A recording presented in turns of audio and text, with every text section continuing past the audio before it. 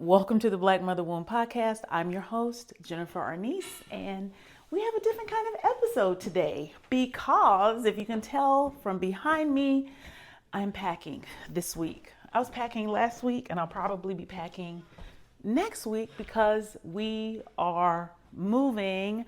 We're leaving Atlanta, we're getting a house, and we're moving to the Charlotte area, just outside Charlotte.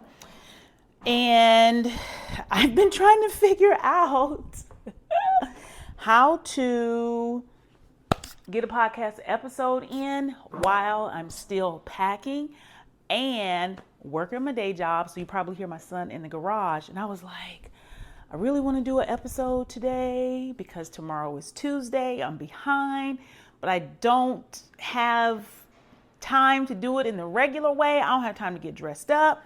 I don't have this is where I'm usually sitting right here, and you see what it looks like now.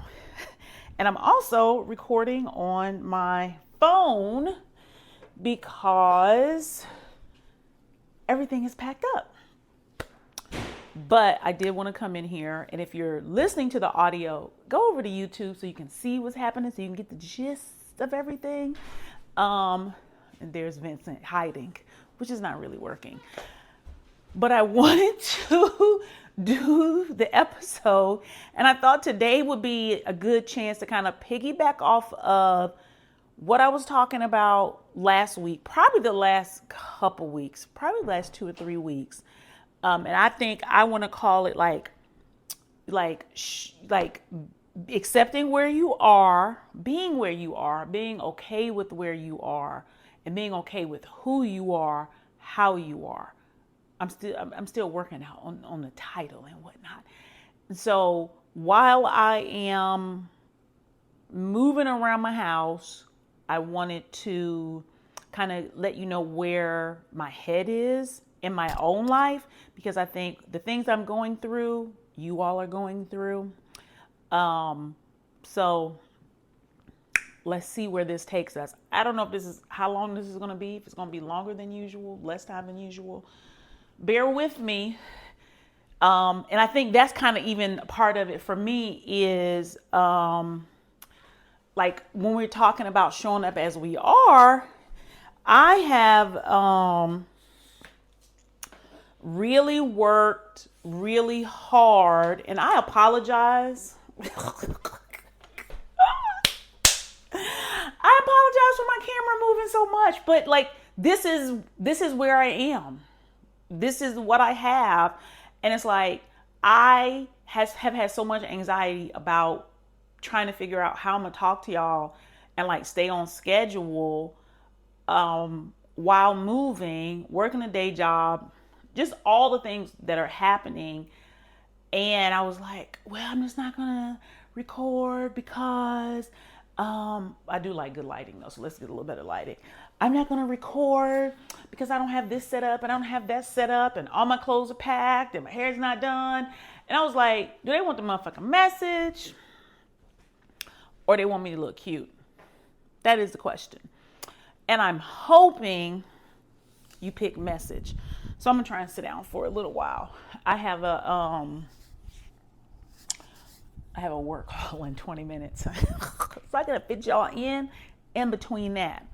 And so what I wanted to do was kind of give some support on what it looks like and what it feels like to show up as you are and accept things as they are. And not from the perspective of, well, I mean, nothing I can do about it, so I might as well just deal with it. Changing from that's not the acceptance I'm talking about. I'm saying the acceptance of I get the opportunity to see something differently. I get the opportunity to stop struggling with what is and find the gift in it instead.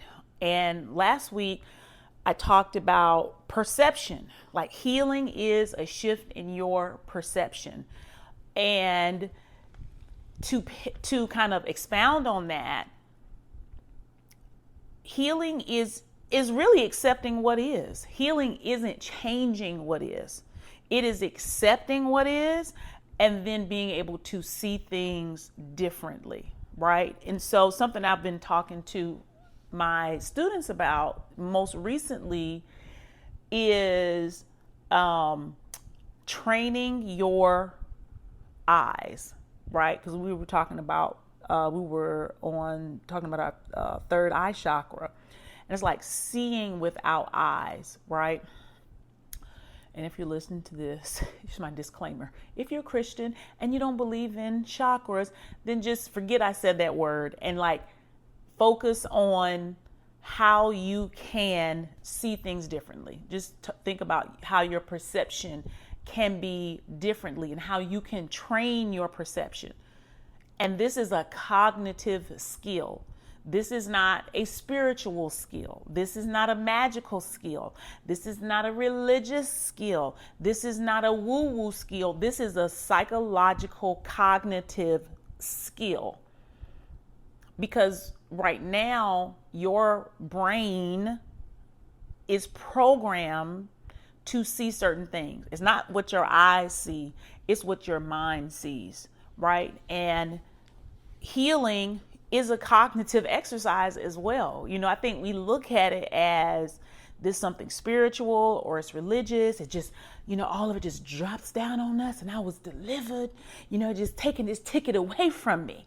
And while you can have moments of that, what I have found is that using what you have and what you have power over, which is your mind, that is how you really have lasting effects on healing. And I want you to learn how to train your perceptions, what you see and how you see.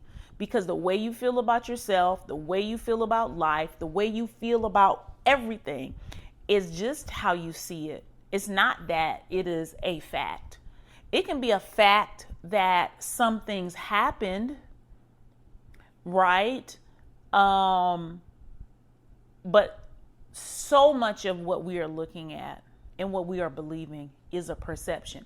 And if you're in a victim state, if you're in a thing where you think somebody owes you something and they did this and all of this is wrong, you're not going to see that because the victim consciousness thinks somebody owes it something and that somebody has to come and save it.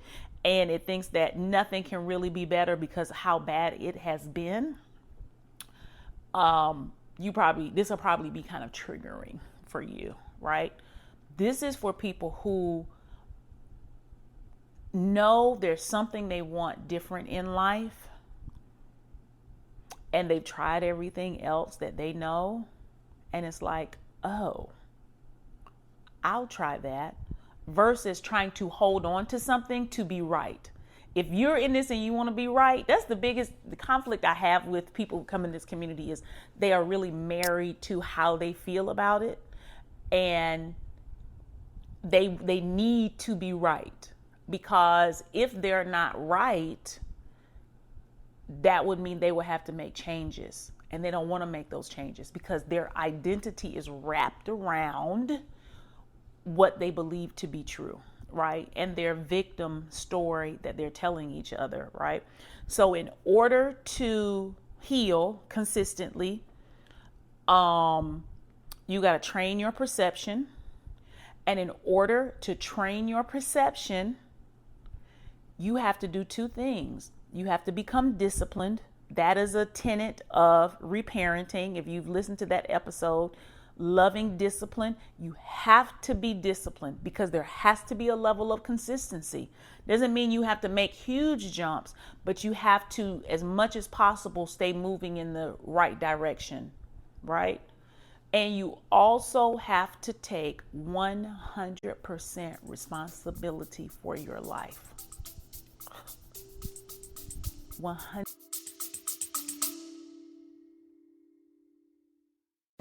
Thank you for watching this episode of The Black Mother Wound. I'll let you get back to it in less than 60 seconds. If you're listening to this show, then you've been struggling with the effects of the painful relationship with your mother. This is why I created Resolve.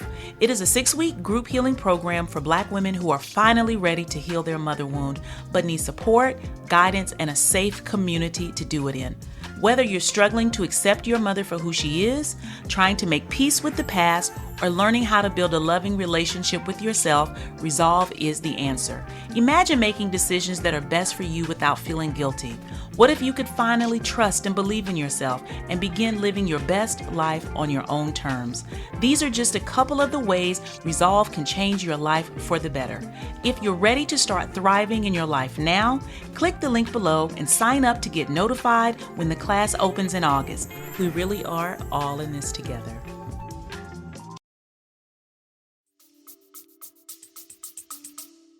Percent. This does not mean other people didn't do shit to you they shouldn't have done. Whether it be your mother, your father, your relatives, a boyfriend, whoever, the boss man, whatever. What it does mean is you take 100% responsibility for the life you want. Period. Full stop. End of the sentence. Take the paper out the typewriter, put it in an envelope, seal it up, put a stamp on it, put that motherfucker in the mail. If that is hard for you, that's what you're going to have to work on. 100% responsibility for your life.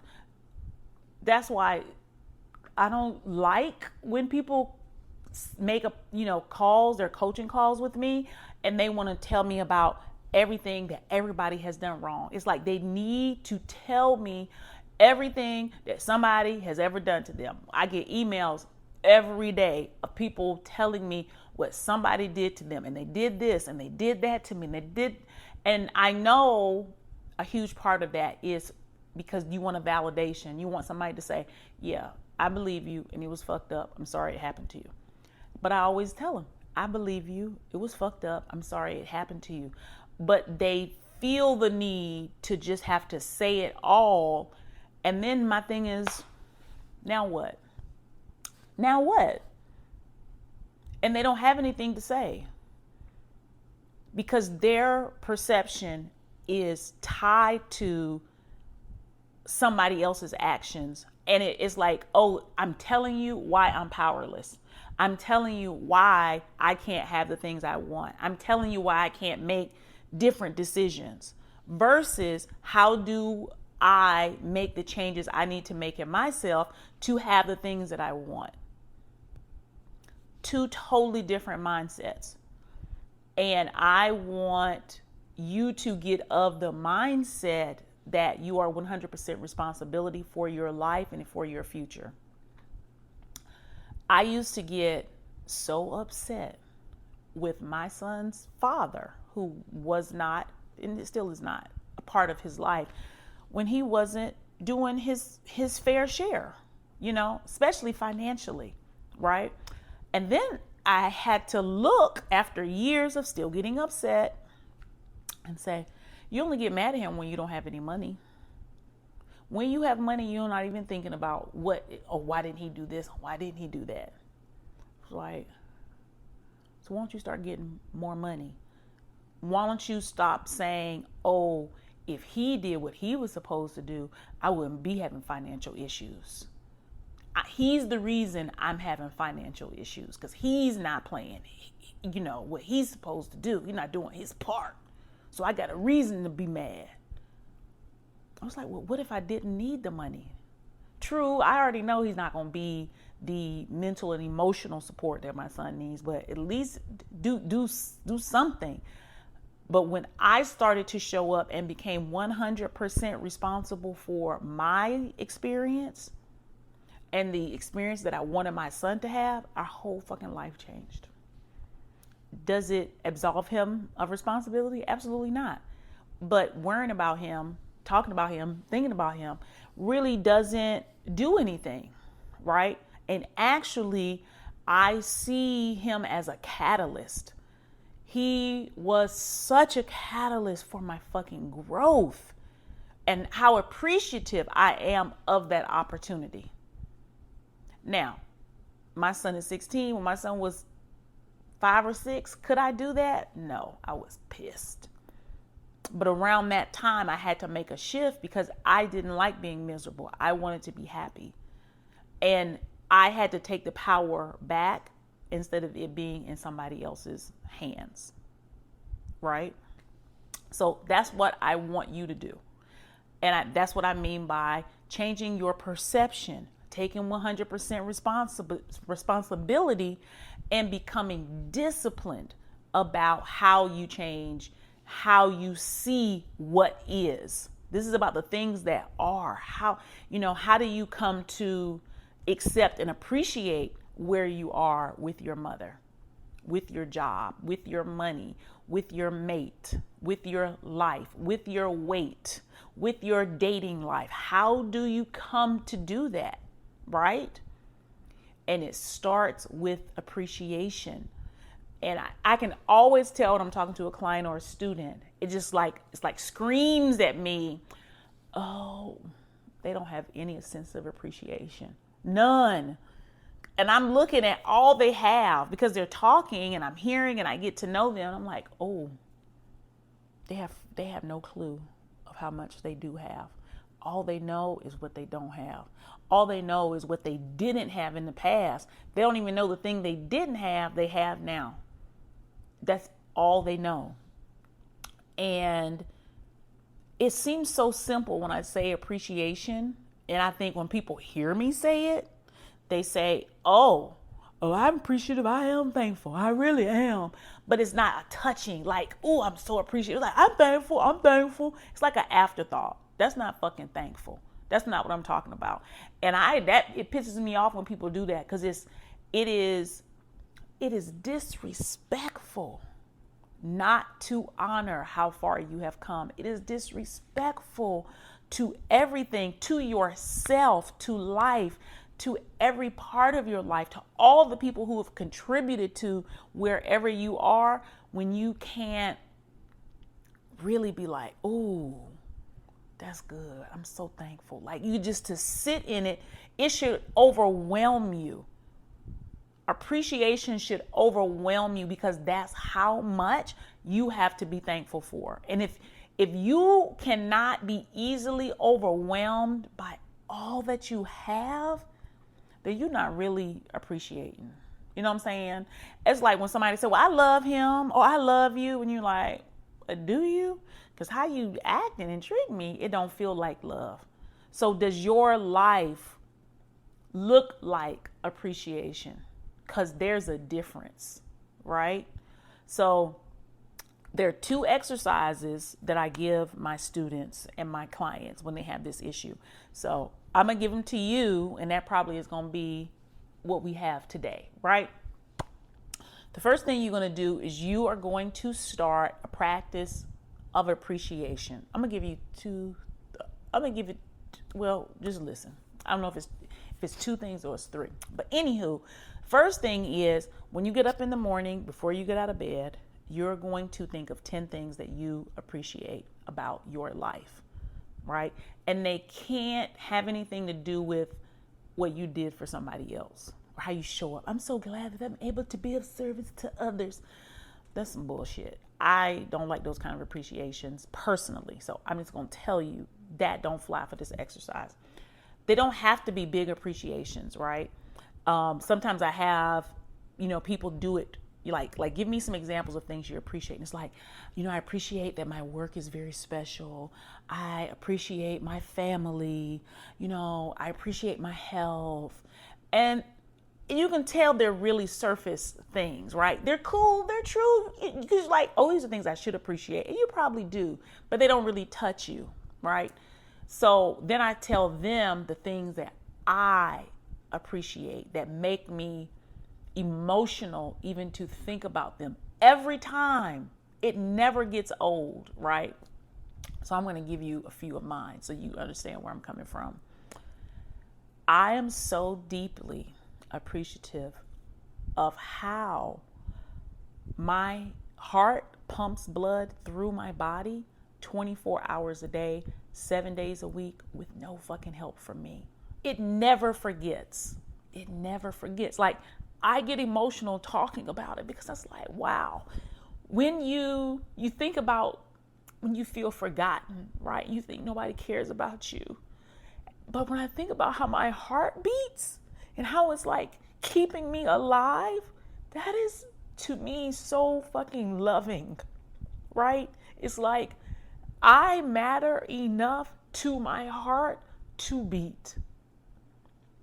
And that makes me feel so full every time I fucking think about it. I am deeply appreciative for how when I get up in the morning, all I got to do is swing my legs over the side of the bed and stand up every time without thinking, without a cane, a crutch, a wheelchair, without a nurse, that I can hop out of bed every fucking time. Middle of the night, I got to pee, I can hop up and go. Like, it doesn't have to be that way. Like, it moves me, right? The fact that all of my fingers work, all of my toes work, that my eyes blink, just all of it. So that is what I mean by appreciation, right? It's like, wow, you have to connect with it. Not just like, just casual. Oh yeah, I'm really thankful. Thank God for my life and everything He's done for me. Not that random standardized performative shit, right? That generic mess. I'm not talking about that. I'm talking about things that are simple yet profound, right? The fact that when I flip that switch, that fucking light turns on every time. To know, because I done flipped the switch a few times in my life and that light didn't come on because I hadn't paid the bill, because I didn't have the money. But the fact that that light comes on, the fact that this fan above me is spinning and the air is on and it's comfortable temperature in here, I'm thankful for that, right? So I want you to find 10 things every day. And I prefer them being small, profound things. I want them to be specific things and how they impact you. It's like, wow, that is just fucking awesome that I have that, right? I get hot water or cold water. Are you tripping? Like, there's folks that don't have hot or cold. There's some folks who don't have no water, and I get hot or cold water, clean water. I get clean water in my house, as much clean water as I want at whatever temperature I want. Like, I could go on for days because I think I don't want to say I'm a master appreciator, but I'm really good at it, you know? And I love doing it because it brings me right into this moment, right? Right in all of those things like happening right now. How can I be mad about something else, right? This is how you train your mind, right?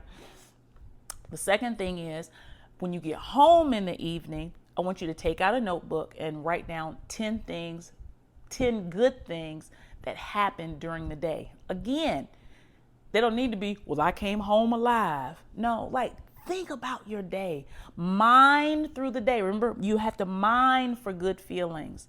What are those things that happened today? You know what? Every door I went through today, somebody held it for me. Because it makes you pay attention. Like, oftentimes you going through your day, you're not even thinking about what's going on. But it's like, that did happen. Oh my God, that was amazing. I gotta take y'all upstairs because my call probably about to start. My manager gonna be calling me. But those are the things that, so I want you to write down 10 things that happened that were good things, right? And then those are the two. I had another one, but it's a little advanced. Y'all stick with that one. Okay. I love y'all. I've got to go. What time is it? I've got 3 minutes. Y'all see how different this looks, right? Because I had art and plants and all type of stuff going on. And now I just have a wall. And the blue tape is all the walls got to be painted, but it's neither here nor there. It doesn't really fucking matter. Um, Thank y'all for sticking with me. When do I move? I'll be finished moving in 2 weeks. I'm going to have a podcast episode and we're going to talk all about it.